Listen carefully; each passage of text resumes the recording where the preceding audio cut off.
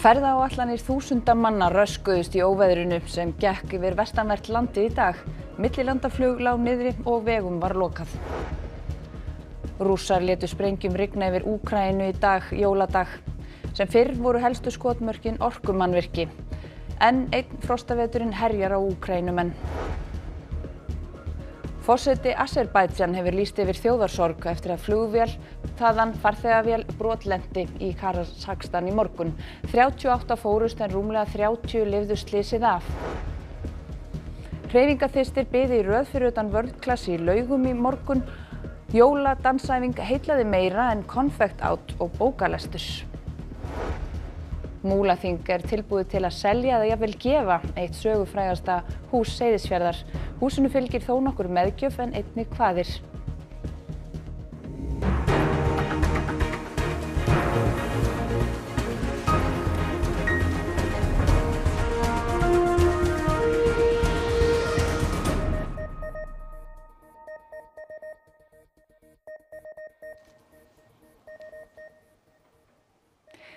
Gott kvöld og gleðilega hátíð. Miklar truflanir hafa orðið á samgöngum í óveðrinu sem gengið hefur yfir landið síðastliðinn sólarhring. Fjallvegum var lokað vestanlands og áætlunarflugum Keflavíkurflugvöll hefur raskast. Björgunarsveitir bæði á Suður- og Vesturlandi voru kallaðar út í dag vegna óveðursins. Á Akranesi var bátur við það að slitna frá bryggju og í Vestmannaeyjum lenti ökumaður flutningabíls í vandræðum vegna hvassviðris. Hellisheiði var lokað og einnig Mosfellsheiði, Holtavörðuheiði og fleiri vegum á vestanverðu landinu. Hellisheiðinni var lokað seint í gær. Það búið að vera kolvitlaust veður, mikill skafrenningur og ekkert skyggni og því ekki góðar aðstæður fyrir ökumenn. Björgunarsveitir mönnuðu lokunarpóst við Rauðavatn til að aðstoða ökumenn og veita upplýsingar. It's not possible to go this way. Sorry. Probably closed all day. Hvernig hefur gengið hérna við lokunarpóstinn? Það hefur bara gengið ágætlega. Það bara þurfti að vísa marga frá rinni, aðalega túrista. Og já. Og hafa einhverjir verið að keyra hérna upp eftir þrátt fyrir þessa lokun? Nei, það allir skilja þetta rinni. Þessir ferðamenn frá Þýskalandi voru með bókað gistingu á Suðurlandi í dag og vildu ólmir komast á áfangastað en sátu fastir í Reykjavík. Yeah, but we are tourists. We need to go there because our next Airbnb is on this spot. If we don't get here today, we don't have place to sleep, you know. Á Keflavíkurflugvelli fór vindhraðinn upp í alltaf 27 metra á sekúndu í vestu kviðum í morgun og ekki hægt að nota landganga. Miklar truflanir hafa orðið á millilandaflugi í dag. Mörgum flugferðum hefur verið aflýst og öðrum seinkað. Sumir hafa því þurft að sætta sig við að vera lengur á Íslandi en þeir ætluðu sér. Yes, our flight was delayed or cancelled. The flight back home? Back from Prague, to Prague. To Prague, so you're stuck in Iceland at least for today? Yes, we have to. Did you have any problems? No, not yet. Our flight is still on time so far. Og við þetta má bæta að millilandaflug hófst aftur síðdegis sem og fylgdarakstur yfir Hellisheiði en upplýsingar hann má nálgast á umferðin.is. Loftvarnarflautur glumdu alla Úkraínu að morgni jóladags en Rússar skutu meir en 70 langdrægum eldflaugum og 100 drónum á landið að sögn Úkraínuforseta. Þetta annað árið sem Úkraínumenn halda jólin þann 25. desember til að aðskila sig frá Rússum sem halda sín jól 7. janúar að sið rétttrúnaðarkirkjunnar. Árásirnar í morgun beindust einkum af orkumannvirkjum og þær ollu víðtæku rafmagnsleysi í landinu en Úkraínumenn reyna þó að bjarga sér eftir bestu getu jólin. Já, það komin nístandi vetrarkuldi hér í Úkraínu, raforkukerfið meira og minna í mólum og rafmagn skammtað, eins og í borginni Súmi þar sem rafmagn tekið af miðborginni í 4 klukkustundir í senn. Þetta þriðji kaldi veturinn og veitingahús, verslanir og fyrirtæki eru því búin að læra að lifa við orkuskortinn með sínu eigin varaafli. Svona farandi rafstöðvar glymja allt til að halda starfsemi gangandi hér í höfuðborginni eftir árásir undanfarna daga og innviði sem valda víðtæku rafmagnsleysi alla Úkraínu. Hér eru þó fæstir sem búa það vel að eiga eigin rafstöð til að halda ljósi og hita og því má víða sjá það sem verið að höggva í eldinn eins og í þessum herbúðum. Við borgina Kharkiv vinnuhópur að reisa aftur fallna rafmagnsstöðva í 10 stiga frosti. Постійно треба бути, як сказати, в тонусі, на чеку. Кожен день обстріли, кожен день ми виїжджали з відновлення пошкоджених ліній. Це все, що від нього залишилось, як бачите, воно пошкоджено осколками. En tjónið takmarkast ekki við innviði því í þessum vinnuhóp á átakasvæðinu hafa 3 fallið og aðrir slasast eins og rafvirkinn Juvin. Євген, добрий день. Як справи? Утром выехали на осмотр линии, которая была повреждена внаслідок бойових дій. З'їхали на ґрунтову дорогу і підірвалися на міні. Maxim býr í einu af háhýsum höfuðborgarinnar og þar rafmagn aðeins í fáeinar klukkustundir á dag. Ліфти не працюють, тільки пішочком по лестниці треба. Дуже важко. Це добре, що я молодий, і я можу підійматися на 13-15 поверх, але як почувають себе літні люди, люди з тваринами, люди з дітьми, я не знаю, це дуже важко. Já, gamla fólkið sem nú alveg einangrað eða barnafólkið sem hefur nú líkt á Maxim hvorki ískáp né eldavél. У мене тут є трошки риби, трошки овочей, фруктів, можу зробити якийсь бутерброд чи щось таке. Í gegnum app getur Maxim svo fylgst með því hvenar hverfið hans væri næst rafmagn í þessu taugastríði Rússana. Вони роблять все так, що ти ще стаєш більше злішим на них.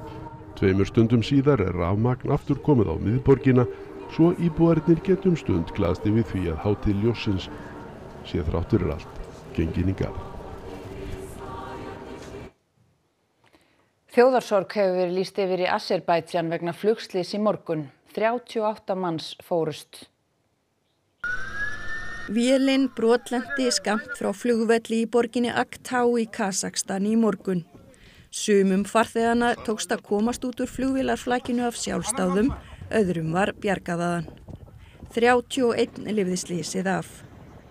Þetta var farþegaflugvél af gerðinni Embraer 190 á vegum stærsta flugfélags Azerbaijan, Azerbaijan Airlines. Förinni var heiti frá Bakú í Azerbaijan til Grozny í Tjetsníu í Rússlandi. Samkvæmt yfirvöldum í Tjetsníu var vélinni vísað frá Grozny vegna svarta þoku. На борту самолета находилось 69 человек, из них 5 человек экипажа. Из них 42 граждан Азербайджана, 16 граждан России, 6 граждан Казахстана и 3 гражданина Кыргызстана. 38 manns fórust í slysinu. Forseti Azerbaijan hefur lýst yfir þjóðarsorg á morgun. Samkvæmt yfirvöldum í Rússlandi þá benda fyrstu rannsóknarniðurstöður til þess að vélin hafi brotlent eftir að henni var flogið inn í fuglaskara.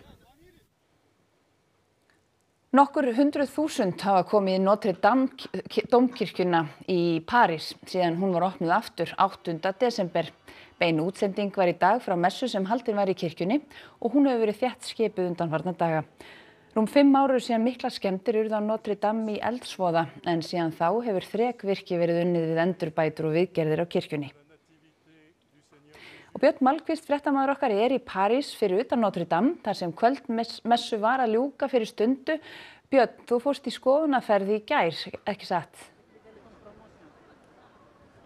Jú, ég fór í skoðunarferð í gær morgun eldsnemma, komst að því daginn áður að koma hérna eldsnemma á morgnana er besti tíminn til að koma og skoða Notre Dame þessa dagana að minnsta kosti. Þá sleppum við risalangar raðir sem að myndast á torginu fyrir framan kirkjuna. Við sjáum hérna nokkrar myndir sem ég tók í þessari heimsókn í gær morgun. Þá voru strax nokkur 100 manns komnir inn að virða fyrir sér kirkjuna, þessa sögufrægu kirkju sem hefur staðið hérna í margar aldir í miðborg Parísar og kannski ekki síst að dásta því þrekvirki sem hefur verið unnið við endurbætur og endurbyggingu á kirkjunni sem að skemmtist auðvitað gríðarlega mikið í brunanum fyrir rúmum 5 árum. Þá lofuðu leiðtogar Frakklands að hún yrði opnuð eftir 5 ár og þeir stóðu svona nokkurn veginn við það og var opnuð að sjálfsögðu 8. desember við hátíðlega athöfn og síðan 16. desember, síðan fyrir 8 dögum, þá hafa 270.000 manns heimsótt kirkjuna hérna í miðborginni. Og það hefur væntanlega verið þétt skipaður bekkurinn í messunum sem hafa verið haldnar í gær og í dag? Já, það voru 2 í gær, auk annara athafna í kirkjunni og síðan 3 messur í dag.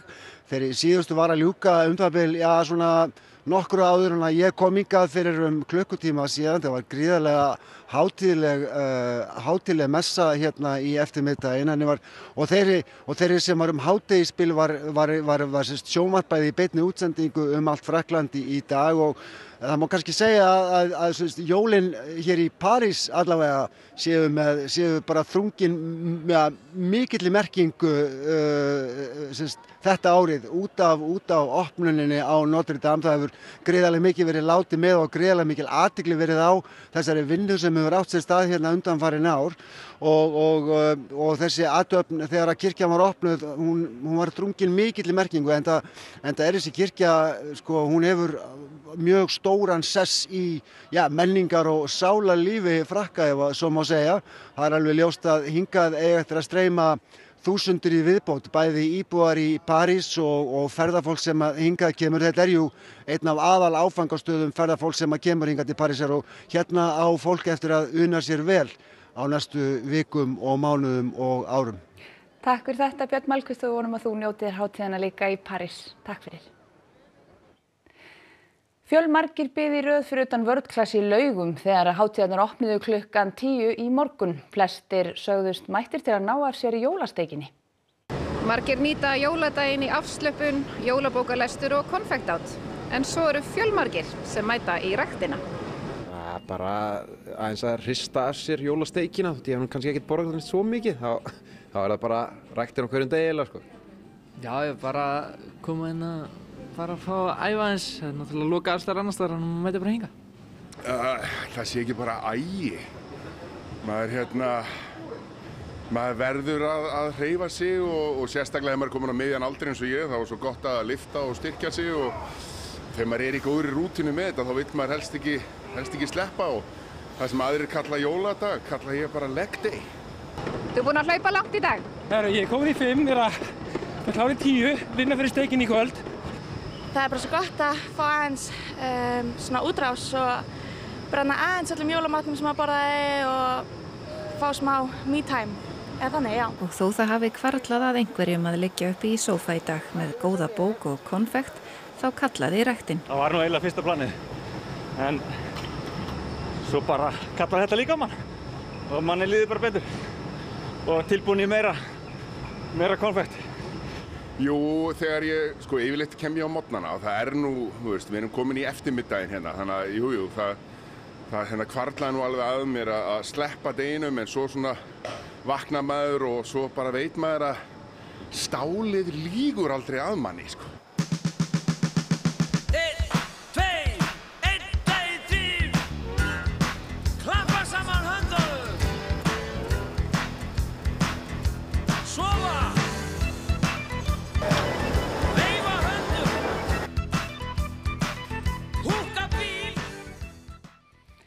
Og jólin eru haldin víða hátíðlega þessa dagana og líka út í geimnum. Geimfarar í alþjóðlegu geimstöðinni á vegum NASA, geimfarastofnunar Bandaríkjanna, sendu frá sér jólakveðju í tilefni hátíðanna. Þar dvelja 7 manns. A couple little things we have here with us to just prepare, which will be sort of fun in a couple days.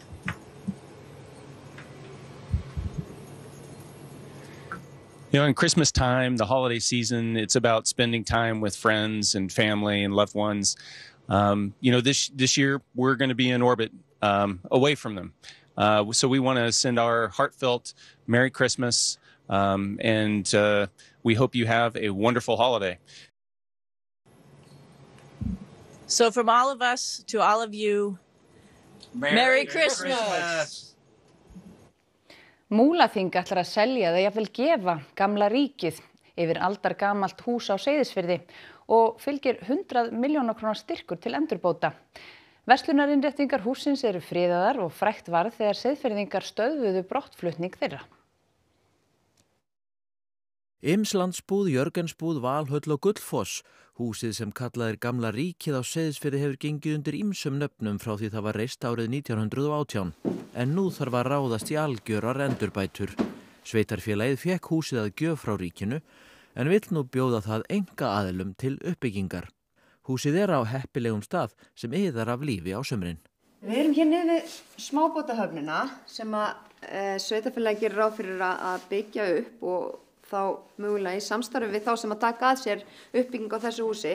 Það möguleiki á því að sveitarfélagið geti tekið að sér neðstu hæðina og haft starfsemi í því í tengslum við smábátahöfnina. Í Gamla ríkinu eru innréttingar sem eru enn eldri en húsið sjálft. Þær þjónuðu á Seyðisfirði lengst af í verslun ÁTVR sem var lengi vel eina áfengisverslunin á Austurlandi. Gjaldkerabúrið og innréttingarnar allar eru hluti af friðuðu húsinu og þær komust í fréttirnar fyrir 17 árum. Húsafriðunarlög voru brotin í dag þegar verktakar hófu að rífa niður elstu búðarinnréttingu landsins í gömlu áfengisversluninni á Seyðisfirði. Þeir eru búin að stórskemma náttúrulega innréttingarnar og þegar við sáum hver stemdi að þá varð okkur ljóst að það var ekki mann að ræðuna hringi lögregluna. ÁTVR stóð fyrir niðurrifinu en sagðist hafa ætlað að forða innréttingunum frá skemmdum og geyma í gámi. Sá sem tekur við húsinu þarf að uppfylla kvöð að hafa þær uppsettar á miðhæðinni. Vonandi verður hægt að setja hér upp starfsemi svo sem svo verslun, kaffihúsi eða eitthvað annað þannig að innréttingarnar geti verið hér til sýnis fyrir alla til að njóta. 5 ár eru liðin síðan loforð fyrir 100 milljóna styrk fékkst frá ríkinu. En eftir að aurskriður féllu á Seyðisfjörð þurfti að meta hvort húsið ætti sér framtíð undir strandartindi. Nú ljóst að það má standa á lóðinni en þó þarf að færa það fjær götunni og örlítið utar. Múlaþing telur mikil tækifæri fyrir áhugasama að taka við húsinu á þessum stað undir hinum fagra Búðarárfossi. Og í raun og veru staðsetning húsins hérna við smábátahöfnina algjörlega frábær og hér verður vonandi bara allt iðandi að lífi og húsið bara miðpuntur á góðu svæði. Ef tréð á að vera lifandi, þá eins gott að það sé almennilegt. Þetta segir bóndi í Mývatnssveit sem fór heldur óhefðbundna leið við val á jólatré.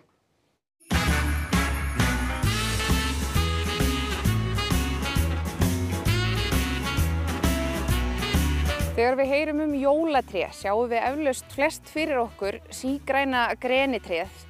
En hérna í Mývatnssveit hefur hins vegar skapast hefð fyrir því hjá nokkrum fjölskyldum. Það sækja sér hreinlega bara birkitré hérna í næsta nágrenni og fara með það heim í stofu. Bóndinn á Hellu að gera sig kláran í að sækja hrísluna en að hans mati allt eins gott að vera með almennilegt tré eigi að vera lifandi tré á annað borð. En hverju erum við að horfa eftir svona? Það eins og hérna, þetta hérna náttúrulega fínasta tré en stofnin bara svo grannur að það erfitt að festa þetta í hérna eðfeldi fyrir hérna tré það fundið? Kallar alveg á mig hérna Þá það bara að saga.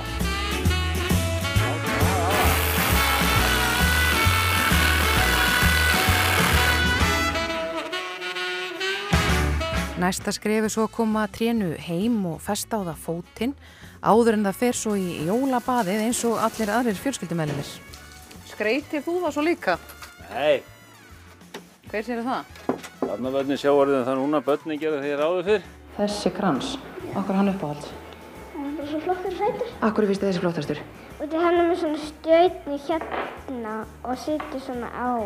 Hvort auðveldar að skreyta grenitré eða birkitré? Svona tré. Já. Skrýta jólakóla? Já. Hvernig hún á litin? Rauð. Já. Hvað hún að fara? Hérna upp.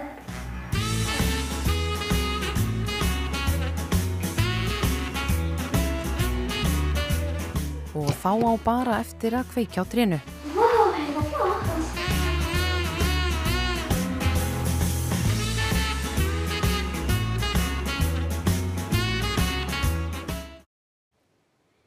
Og þá að veðri, enn varað við hvassviðri og dimmum éljum víða land. Flestar viðvaranir falla úr gildi þegar líður á nóttina og í fyrramálið, en þó áfram varað við slæmu veðri á miðhálendinum allan morgundaginn. Á morgun verða suðvestan 8 til 15 metrar en 13 til 20 við suðurströndina. Slitta með köflum sunnanlands, annars víða él og úrkomulítið á Austurlandi. Það hlýnar lítið eitt en Kristín Hermannsdóttir veðurfræðingur fer nánar yfir horfur næstu daga að loknum fréttum. Og áður en við kveðjum ykkur skulum við rifja upp það sem var helst í þessum fréttatíma. Ferðaáætlanir þúsunda manna röskuðust í óveðrinu sem gekk yfir vestanvert landið í dag. Millilandaflug lá niðri og vegum var lokað. Rússar létu sprengjum rigna yfir Úkraínu í dag, jóladag, sem fyrr voru helstu skotmörkin orkumannvirki. Enn einn frostaveturinn herjar á Úkraínumenn. Forseti Azerbaijan hefur lýst yfir þjóðarsorg eftir að farþegaflugvél þaðan brotlenti í Kasakstan í morgun. 38 fórust en rúmlega 30 lifðu slysið af. Hreyfingaþyrstir biðu í röð fyrir utan World Class í Laugum í morgun.